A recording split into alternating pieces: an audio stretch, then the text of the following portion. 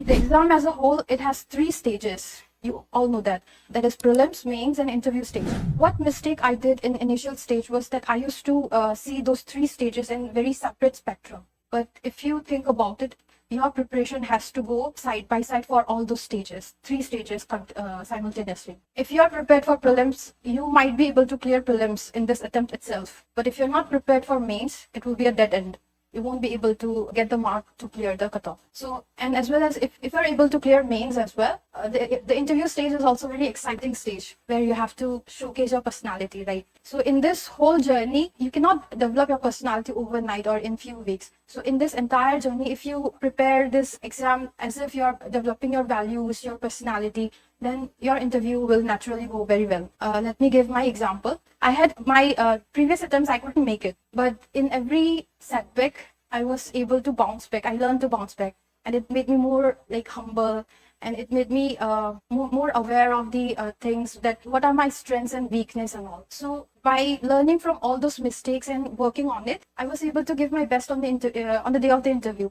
So I ended up getting average in one of the good schools in Indian Forest Service. So this is what I want to say. And if I have to say about how I prepared for prelims, then I started by studying the basics, NCERT. Since my background is engineering, I had very limited exposure about Indian economy, Indian polity. All these topics were very new for me. So I started from the basics. I read NCERTs. So I would suggest if you are of similar kind of situation like mine, or any, if you want to score very well, then conceptual clarity is very important. I found NCERT very best because it's not about facts and figures you learn from that book, but the stories you can relate to. When you read NCERTs, you not necessarily have to read it as if you have to mug up the facts, figures, or in events like that. You have to relate the story and internalize, because on the day of exam, what they are asking is all application based. Let me give you an example which I found in the latest prelims attempt. So in NCERT, there are themes. If you are aware of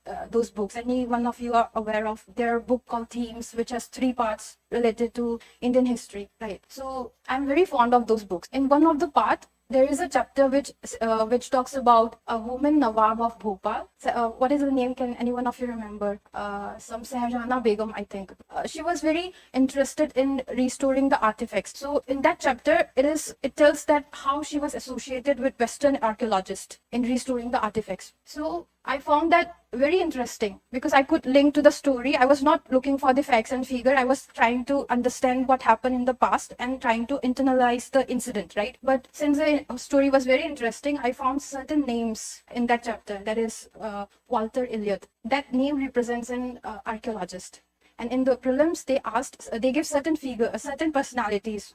And one of those personalities were Walter Elliot. And the question were, these personalities were whether historians, archaeologists, like that. Since I remember that chapter, I clearly remember reading Walter Elliot, I could attempt that question correctly. So this is one example. How do you when you read, it has to be very productive. You should not just mug up, because on the day of exam, this conceptual clarity will help you in attempting the questions accurately. So if you have started preparation, my suggestions for prelims would be that conceptual clarity is must, but that NCERTs are the best. Another example is for polity, there is one more NCERT. If you must be aware of it, Constitution at Work. In that book, it is clearly explained on what does Indian liberty and secularism mean and how it differs from the Western concept, right? So that conceptual understanding won't be there in standard books like Lakshmikant. Lakshmikant, you will find lots of information, and that's a very good book for your preparation. But to understand the concepts, what is liberty, Indian idea of liberty and secularism, how it is different from other countries, that is very well explained in those NCERTs with examples, case studies. So that is one strategy I'm giving for prelims.